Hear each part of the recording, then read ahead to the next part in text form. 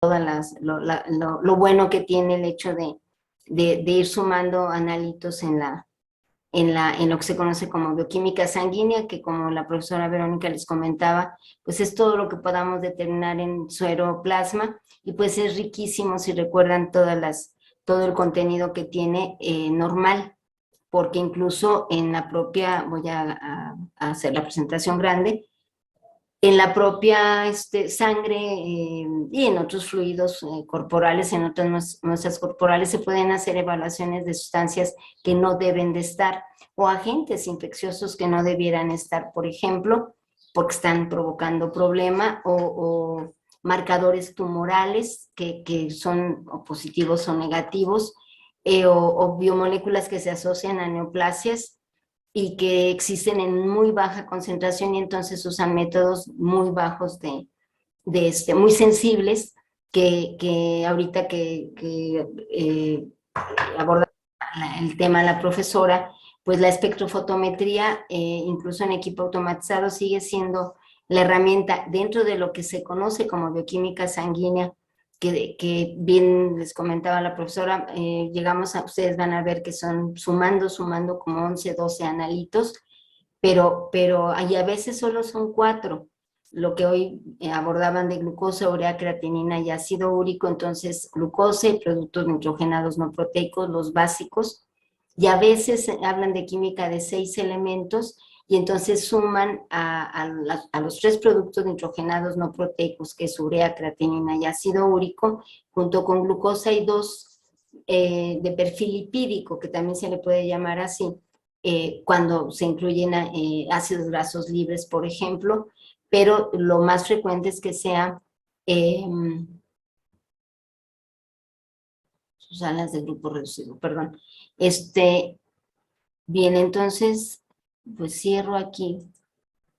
Confío que yo creo que ya estoy en la principal porque salió un cuadrito, muchachos, donde dice que nos dan unos segunditos para salirnos de la sala donde nos reunimos hace un ratito los profesores y los 4 profesores. Bien, entonces, sí están viendo la imagen, ¿verdad? Aquí me dicen que se está compartiendo la pantalla.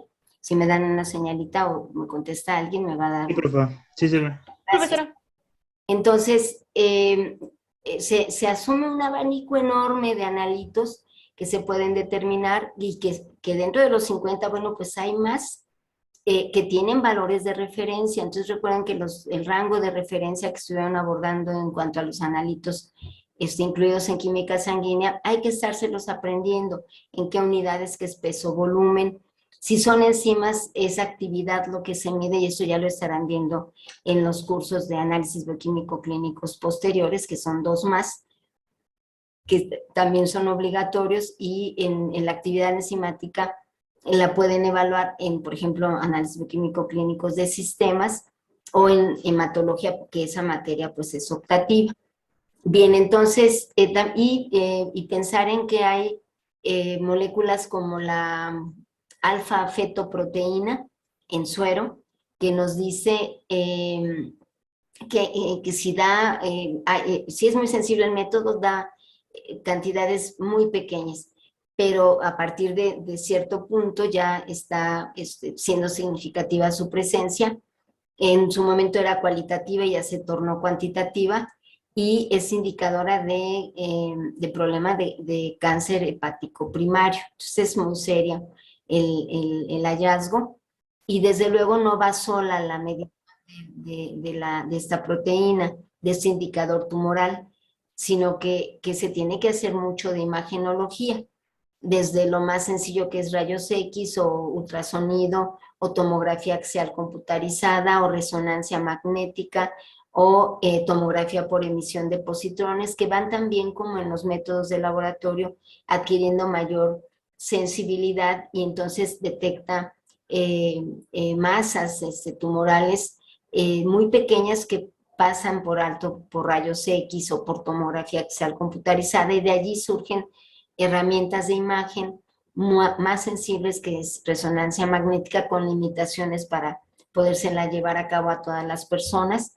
y uno que sí es indicador de que hay actividad neoplásica, dado ya un diagnóstico generalmente, es hacer la tomografía por emisión de positrones, que evalúa actividad metabólica asociada a tumores.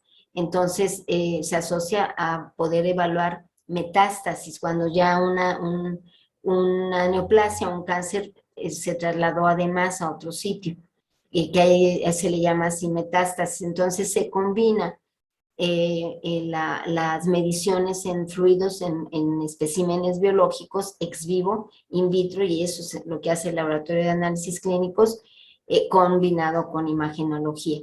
Y todo el tiempo, pues, signos y síntomas, sobre todo en el arranque, cuando se está iniciando la detección. Entonces, hay un conjunto de analitos que son los que están incluidos en lo que es la química sanguínea y que es dentro de este espécimen biológico, pero como bien comentaba la profesora, ya pensado en elementos que están que son solutos y que están en la parte líquida de la sangre, que es el plasma o el suero. Entonces, es una medición plasmática o sérica, así le llamamos, o serología, que es estudiar al suero.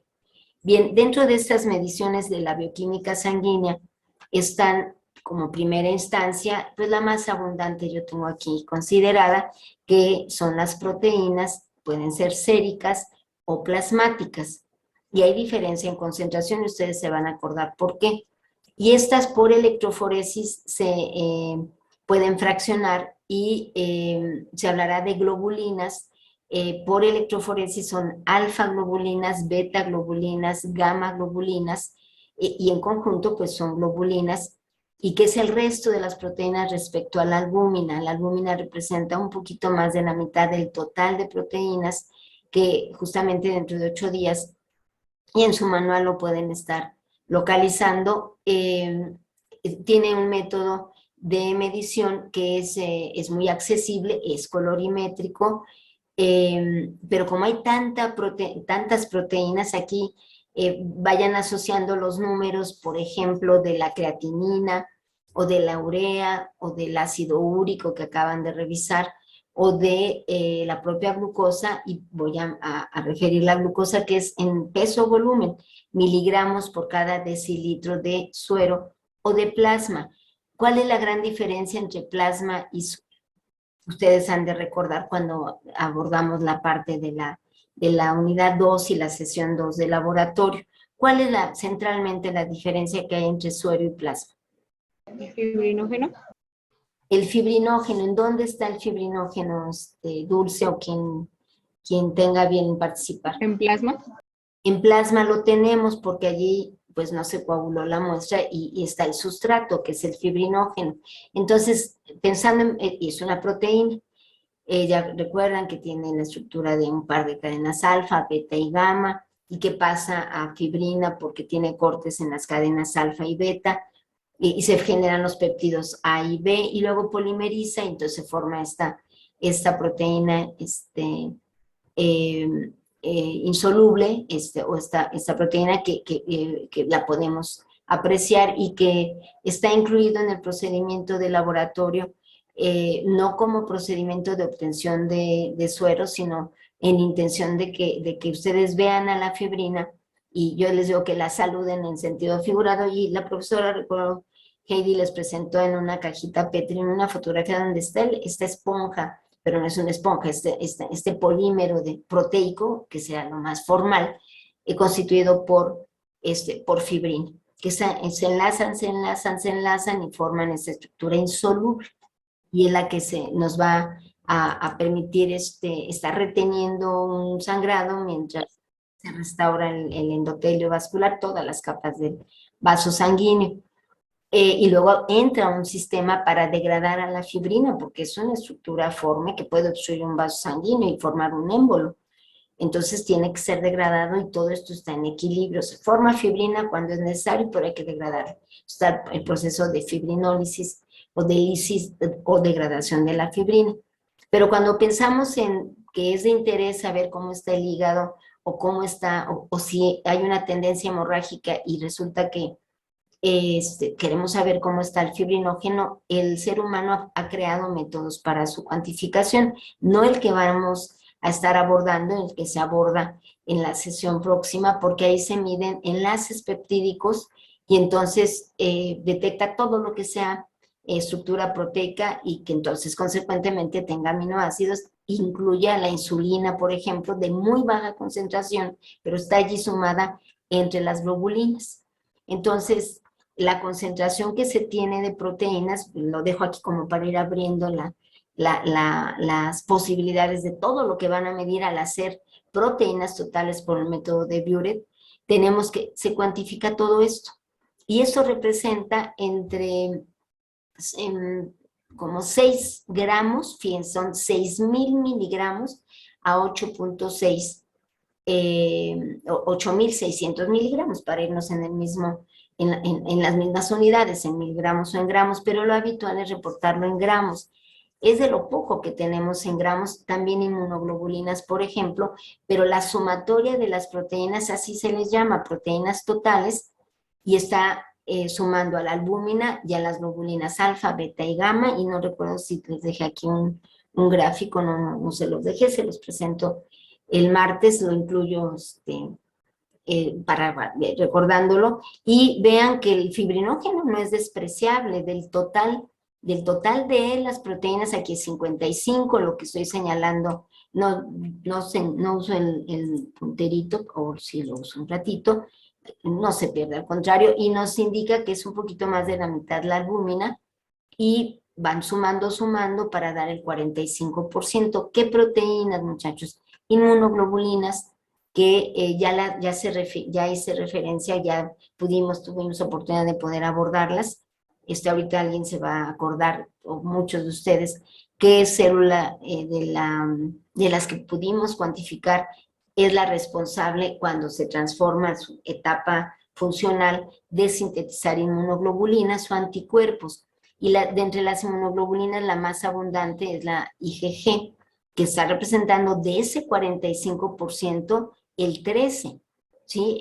De tal suerte que pues, representa casi un tercio del total. Vienen aquí la transferrina que transporta el hierro, también se llama siderofilina. Aquí está el fibrinógeno, entendiendo que está haciendo un supuesto de plasma, porque si no, no estaría el fibrinógeno. Y vean que no es despreciable, es parecido a la transferrina. La IgA que representa el 3%, la alfa-2 macroglobulina el 2%, IgMs el 2%, alfa-1 antitripsina que tiene que ver con función pulmonar, el 1%, complemento solo el componente C3, que no viene el porcentaje, y no sé cuál está aquí, déjenme agrandarlo porque lo puse muy arriba y no me da oportunidad de verlo. Si no, si ustedes lo leen, ahí está, es la aptoglobina.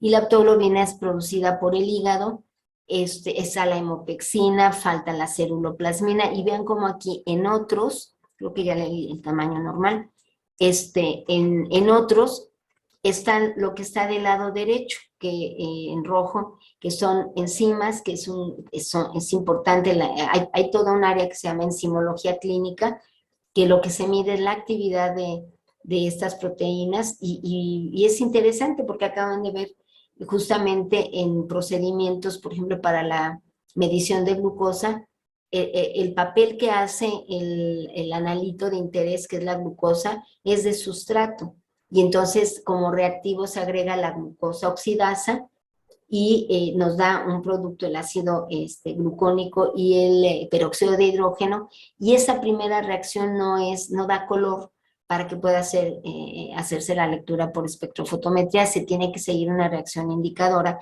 que es la de Trinder, y entonces si ya se genera con un sustrato que se adiciona junto con la glucosa oxidasa, se da un producto de color que a determinada longitud de onda puede ser llevado a cabo su lectura, que debe ser el producto que resulte de esa lectura de absorbancia, debe ser proporcional a la cantidad de glucosa que se tiene presente, o en este caso también para ácido úrico, usando uricasa, que es otro ejemplo de que se usan enzimas como reactivos para el analito de interés que hace las veces de sustrato, y nos da un producto que es proporcional a la concentración del sustrato, llámese glucosa, llámese ácido úrico. Y en el caso de medir la actividad de una enzima, lo que nos interesa es lo que está en el suero o lo que está en el plasma, pero que tiene actividad enzimática. Y entonces lo que allí se hace es aportar en el sistema in vitro, ex vivo, o sea, en la reacción de nuestro tubito, allí van a estarse encontrando con que se agregan los sustratos, se agrega la muestra de interés, que es el sueroplasma, que es fuente de la enzima, hay especificidad para actuar sobre esos sustratos, la reacción de transaminasa glutámico pirúvica, se agrega ácido glutámico, se agrega ácido pirúvico y aminoácido y cetoácido, y nos va a dar el alfa-cetoglutarato y nos va a dar, en ese caso, la alanina, y en ciertas condiciones de pH, y entonces se puede hacer la lectura, generalmente son en rango UV. Pero se puede entonces, a lo que valdrá la pena llegar, es que se puede medir, es tan capaz el ser humano que ha logrado establecer que se pueda medir la actividad de enzimas que tiene que ver con órgano especificidad, y eso lo van a ver un poco más adelante, o se pueden usar como reactivos para medir a sustratos que en la reacción hagan ese papel de sustratos.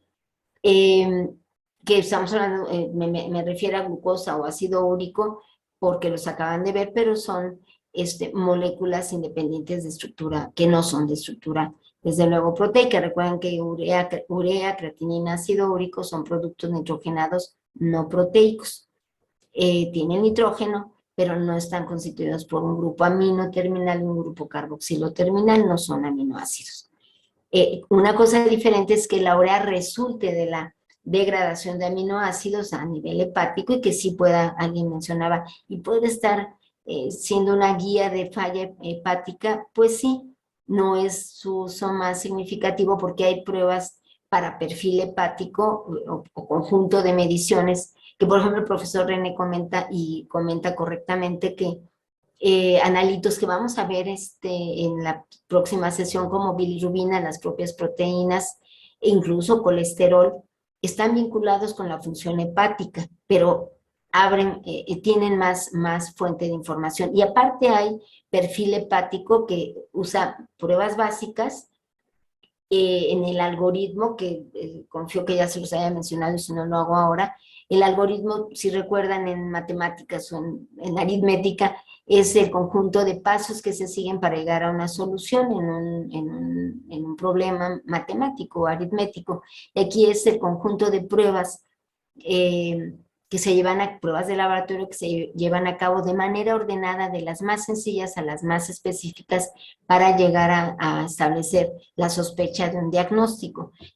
Se inicia con pruebas obligatorias, básicas, y es lo que se está incluyendo en la parte del curso de análisis bioquímico clínicos generales, y después pues van a surgir más pruebas que se suman y que ya incluso se llaman perfiles, o sea, lo que va a perfilar cómo funciona el hígado, o cómo está el hígado, o cómo está el sistema renal o el cardíaco, o el hematopoyético inclusive. Pero por ejemplo en el hepático, pues aquí estamos incluyendo, vamos a abordar bilirrubinas, hablar de ictericias, pero hay enzimas muy específicas para función hepática, entonces se integran al bloque de mediciones para perfil hepático, por ejemplo, sin que deje de estarse tomando en consideración para ver cómo anda hígado y riñón, que ya lo mencionaban para urea y creatinina su utilidad. Entonces, medir proteínas totales es lo más, es lo básico e importante,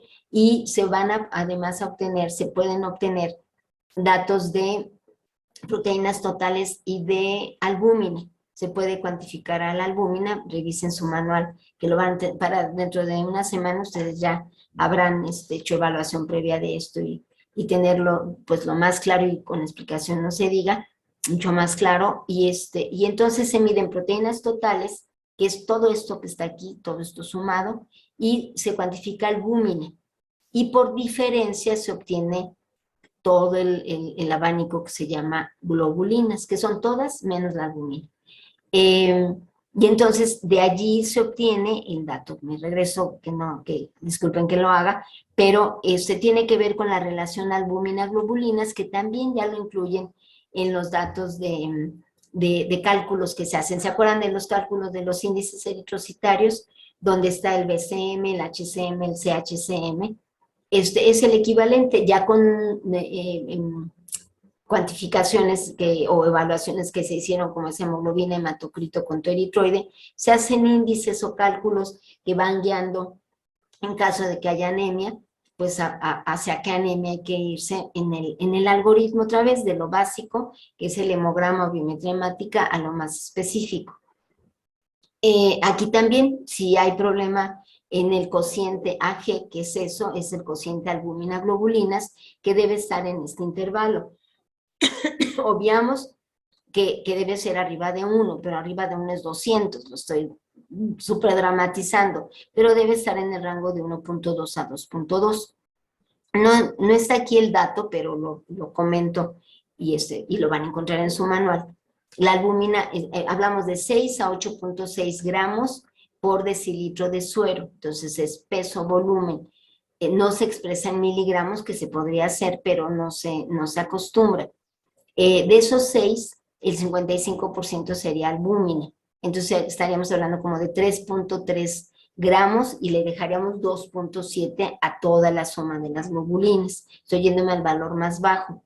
Y 8.6 sería el valor más alto, y si le estimamos el 55%, voy a usar una calculadorcita, no me lo sé de memoria, será 8.6 por 0.55, serían como 4.7 en relación a 8.6, pues tendríamos como de 2.7 a 3.8 de globulinas. Entonces es llegar a la sumatoria entre albúmina y globulinas en valor el más bajo y el valor más alto. Todas las veces esperamos que las globulinas en esta relación pues estén un poquito más abajo de la albúmina.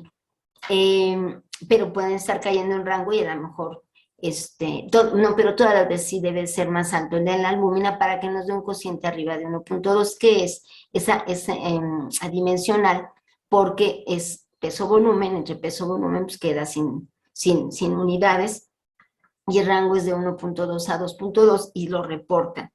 Bien, entonces ya les daba yo el dato, sí, Kevin. ¿Podría repetirme los valores de referencia? Es que creo que me revolví. Ok, déjame, aquí lo calculo porque les digo que no me lo sé de memoria, pero sería pensar en el 6 para que ustedes mismos lo puedan hacer y calculen el 55% por 0.55, da 3.3 gramos de albúmina como valor mínimo, y lo voy a apuntar para que fluya la clase, si no se identifica esto, es 3.3 de albúmina, y ahorita vemos cuánto de globulinas, base 6, y 8.6 por 0.55 nos da 4.7, ¿sí? De albúmina, ¿sí? Y del rango, o sea, de 3.3 a 4.7, eso es lo normal en gramos por decilitro de albúmina. Y réstenlo del 6, réstenle 3.3, pues ¿cuánto les queda de globulinas? 2.7, para que les dé el 6, y del 8.6 menos 4.7 les va a dar 3.9 de globulinas. A ver, entonces lo repito, pero eso búsquenlo también a la hora de que hagan su reporte y les den datos, y a lo mejor la profesora Verónica decide darles datos donde haya problemilla hepático o problema renal, y entonces pues van a cambiar estos datos, pero su referencia sería, les repito, albúmina 3.3 a 4.7, que puede estar aquí anotado, pero no lo está, y globulinas de 2.7 a 3.9 gramos por decilitro. Acuérdense que es en gramos. Convertidos a miligramos sí, a microgramos si queremos, o a picogramos, pero no se trata de ello. Y el cociente está entre 1.2 y 2.2, como un dato adicional de la relación albúmina-globulinas. Si queremos saber cuánto tenemos de fibrinógeno, primero necesitamos tener plasma. Y estos datos que comento es en suero. Y les comento, de fibrinógeno se tiene alrededor de, bueno, no alrededor, el rango es de 200 a 400 miligramos de fibrinógeno, del factor 1, de esta molécula de par alfa, par beta, par gamma, por decilitro de qué, muchachos, si es fibrinógeno lo que estamos midiendo. Si es fibrinógeno, ¿qué usamos? ¿Plasma o suero? Plasma. Plasma. Entonces, nuestra descripción sería, encontré 300 miligramos en la medición que se hizo de fibrinógeno por 100 mililitros de plasma. La mayoría es en suero, ahorita glucosa, urea, creatinina, ácido úrico y la misma glucemia postprandial, que tendrían que usar el mismo método. Como les decía la profesora, se usan glucosa oxidasa para la basal, es glucosa postprandial con base a la de glucosa oxidasa, o si usaran la que viene también en el manual de exocinasa, que las dos son muy útiles, se usa más la de la glucosa oxidasa. Pero también la de exocinasa tiene características en común de que son muy específicas. Entonces, solo involucran a la glucosa y eso es muy importante. Bien, entonces, si queremos saber cuánto se tiene de fibrinógeno, hay que trabajar con plasma primero. Y hacer el método, pues, el que se tenga disponible. Como es de 200 a 400 miligramos, se puede tener un método que va más allá de proteínas totales, no es enlaces peptídicos, sino que es una reacción. Por ejemplo, la más sencillita sería, para cuantificar proteínas de manera individual, sería un método que se llama, y si lo quieren anotar, es algo adicional de todo lo que hay de técnicas, pero ya para conocer en lo individual, a estos sustratos que hagan las veces o de analito de interés, se llama inmunodifusión radial simple. Y ese método utiliza anticuerpos contra la proteína de interés que hace las veces de antígeno in vitro, el fibrinógeno o las propias IgGs o la transferrina. Hay aquí moléculas que no están, como la ferritina, por ejemplo, y ya no les di más información, pero bueno, si queremos saber individualmente, pues, cómo está la insulina, que está apareciendo aquí en la familia llamada hormonas, o eritropoyetina, pues no nos alcanza el método de Biuret, tiene baja su sensibilidad y se tienen que usar otros métodos. Y dentro de las proteínas, las hormonas que correspondan a estructura proteica, y doy el ejemplo de insulina, todas las enzimas, factores coagulantes, se puede, aquí está, el factor 1, o se puede conocer el 2, que tiene concentración suficientemente detectable para poderlo incluir en el método, por ejemplo, de inmunodifusión radial simple, elementos de complemento que están aquí. Y bueno, como aquí no se dejó a la IgE, pues se quedó de este lado. Pero si hay un problema de alergia, recuerdan que la IgE se eleva ante una alergia como entidad, como hipersensibilidad que tiene la persona, y dada la eosinofilia que puede estar presentando como en una hipersensibilidad inmediata que es reactiva de rápida manera por contacto con el agente, el alergeno, ahí vale la pena, recuerden, buscar eosinófilos en moco nasal, si el blanco es sistema respiratorio, y se suma a cuantificar cuando menos las IgE totales, que se asume que estarían arriba del rango de referencia, lo que quiere decir, como está aquí indicado, aunque sea en valor porcentual, que se conoce cómo está IgG, cómo está IgA, cómo está IgM, IgE, y la D es más de marcador de superficie de células inmunocompetentes en los linfocitos B, pero sí puede interesar saber, por ejemplo, en un neonato, si tiene IgMs en su suerito o en su plasma al nacer. Si tiene IgMs, las produjo el bebito y nació con infección, porque es la inmunoglobulina de respuesta inmune primaria y no atraviesan barrera placentaria. Recuerdan que la IgM, ¿cómo es la molécula? Es pentamérica, es grande y no atraviesa barrera placentaria. Entonces no puede haber inmunización natural pasiva que proviene de la mamá, beneficia al bebé, pero es por las que se pueden presentar son de la mamá y son IgGs. Entonces, por ejemplo, allí el caso, ¿no? Y se pueden estar midiendo todas las moléculas que aquí están por otros métodos.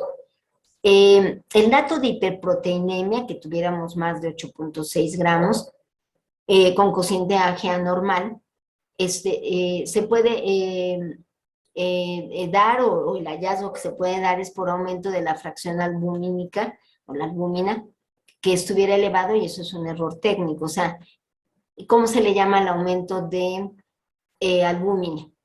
Hiperalbuminemia, pero esta pues sí se puede dar en una situación de deshidratación muy severa, ya sea por vía combinada, que haya una pérdida de líquidos por vía de vómito, por vía oral y por vía fecal, que esté combinado, que no haya control, que haya una diarrea y vómito juntos, importante, y está deshidratado el paciente, y vamos a encontrar casi todo proteínas que están abundantes, pues elevado. Entonces, a excepción de esa situación, si se encontrara hiperalbuminemia, pues sería por error técnico. ¿Cuándo entonces puede haber hiperproteinemia? Porque yo la destaqué como una posibilidad, solo cuando están elevadas las globulinas. ¿Y las globulinas cuándo pueden estar presentes? Pues cuando haya, por ejemplo, una infección donde se ven elevadas las inmunoglobulinas, ya sean M o sean G, son proteínas. Sabemos que tienen cadenas pesadas, cadenas ligeras, y finalmente están constituidas por aminoácidos.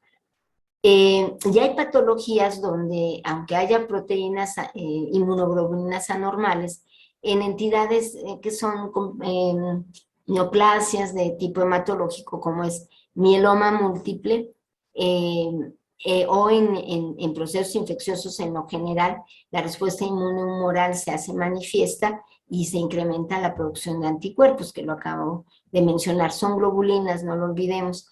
En procesos inflamatorios, que puede estar sumado al proceso infeccioso, o en tumoraciones que dé lugar a la producción de proteínas de fase aguda, que así se les llama, y que puedan impactar, si sea significativa su elevación, y entonces siguen siendo las globulinas las que estén elevadas en cualquiera de estas 4 situaciones. Endocarditis sería un proceso inflamatorio, y en autoinmunidad que implica que normalmente el sistema inmune responde a nuestro favor, nos protege de agentes infecciosos, de agentes extraños al organismo. Hay entidades clínicas que están en la familia de las enfermedades autoinmunes, donde el sistema inmune de la persona es reactiva frente a lo que debiera tener inmunotolerancia. Entonces se forman no anticuerpos contra salmonela, no anticuerpos contra un virus, que ya ven que por ahí andaba la prueba de anticuerpos que ya no tuvo utilidad frente a SARS-CoV-2, pero podemos estar en sangre, vía plasma o suero, buscando anticuerpos específicos contra algún agente infeccioso. Eso es lo fisiológico, es la capacidad de respuesta inmune, de activación de este sistema inmune ante un agente que es extraño al organismo. Pero cuando se identifica a las células o a los componentes propios como extraños, pues es una reacción de autoinmunidad y se forman anticuerpos que se les denomina autoanticuerpos, pero son proteínas finalmente, y estarían impactando sobre la elevación de globulinas. ¿Por qué? Pues porque son gamma globulinas, y entonces el cociente se irá a valores por debajo del referencial. La albumina globulinas, que va de 1.2 a 2.2, pues se va a, por ejemplo, 0.9, 0.95, y puede ser por proteínas normales ante un proceso infeccioso, normales de la respuesta, anticuerpos, que son gamma globulinas. La mayoría, algunas están entre beta y gamma globulinas en el corrimiento electroforético, o por reacciones de fase aguda en procesos inflamatorios, o en autoinmunidad, como aquí está indicado, o en mieloma múltiple, que es un poco más complicado el explicarlo, pero es una neoplasia donde están disparadas las células plasmáticas, y ustedes pues ya saben de dónde vienen las células plasmáticas. Y en lo general, ahora del lado contrario, que creo con esto concluiríamos, estamos ya casi a punto de que sea el cierre de nuestro horario del día de hoy.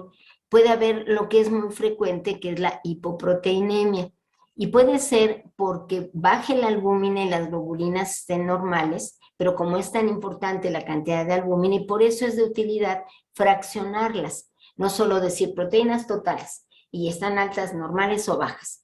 ¿Sí? Es decir, hay hiperproteinemia, normoproteinemia, podría llamarse proteinemia normal, creo yo que se llamaría, o hipoproteinemia, habituarse al término de hiper, aumento, hipo, disminución, que no es así en las células, hablamos de eritrocitopenia o eritrocitosis o poliglobulia, y en el diferencial es basofilia, neutrofilia, el aumento, o neutropenia cuando bajan los neutrófilos, y citosis cuando elevan leucocitos, eritrocitos, eritrocitosis, o trombocitosis, plaquetas. Y la baja es trombocitopenia, leucopenia y eritrocitopenia.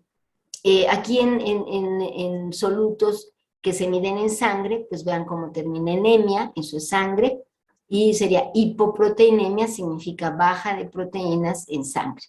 Y ahí se está pensando en que se hizo el método de proteínas totales. Y puede ser que la albúmina se produce en el hígado, y aquí vamos a empezar a vincular, a enlazar a la química con la bioquímica sanguíneas de las dos unidades 4 y 5. 4 es la bioquímica, están invertidos en el laboratorio y explico muy rápidamente por qué. Y luego ya está el uroanálisis. Porque yo respeté el programa en cuanto a esta parte, porque no hemos pedido que se cambie el orden. Y en el laboratorio, habiendo consultado a coordinación, preguntamos si había algún problema, y no, porque se aborda todo. Entonces, ¿por qué damos primero en el laboratorio química? Porque solo son 4 mediciones: glucosa, urea, creatinina, ácido úrico, y entonces empiezan a familiarizar con las micropipetas o pipetas automáticas, con la logística que se maneja del espectrofotómetro, y luego ya entramos a la parte un poquito más fuerte, donde se hacen 6, 7 analitos, e implica pues cambiar longitud de onda, es cambiar patrones, lo que hoy les estuvo mencionando la profesora Verónica, donde debemos de tener un patrón para cada medición, una longitud de onda diferente, de tal manera que pues ya están más habilitados habiendo hecho química sanguínea, y normalmente así es el orden, en lo básico que se mide dentro de las mediciones básicas de química sanguínea son las que hoy revisar: glucosa, urea, creatinina, ácido úrico y, reitero, a veces colesterol y triglicéridos. Bien, está en rojo con lo que creo que vale la pena cerrar el día de hoy, porque medio se nos acabó el tiempo, es que puede haber hipoproteinemia porque se esté perdiendo por vía renal, porque hay un problema glomerular asociado a nefronas, que confío que esto ya lo revisaban en las materias anteriores, pero acordarse que los riñones están formados cada uno por nefronas, pero ahorita no es el momento, en este instante, de insertarlo, lo veremos cuando se hable de sistema urinario, y puede haber pérdidas que no debiera darse, entonces va a haber, muy interesante, se mide en sangre y se evalúa en orina. Entonces en orina va a aparecer algo que no debe aparecer, que son proteínas. Entonces va a haber proteinuria, y en sangre podremos encontrar baja de proteínas, y eso será muy probablemente a expensas de la albúmina. Y entonces habrá hipoproteinemia, y la razón de la hipoproteinemia es la baja de albúmina. O puede haber falla en la síntesis de la albúmina, y entonces se habla de una insuficiencia hepatocelular. O puede darse la hipoproteinemia como una generalidad, un hallazgo de laboratorio, como aquí se indica en edema del hambre, cuadros carenciales, gastroenteropatía con pérdida fecal de proteínas, otra vía de pérdida, o porque se haya practicado una gastrectomía parcial, que haya sido necesario hacer el procedimiento quirúrgico. Bien, entonces voy a dejar de compartir, y hasta aquí alcanzamos a registrar. Qué bueno que están la gran mayoría, solo veo que están 42 y su servidora. Entonces, pues nos vemos el día martes para hacer la evaluación. Sí, Kevin, no sé si se quedó la mano levantada o No, tienes. no, sí, sí. No era una duda, sino no nos ha subido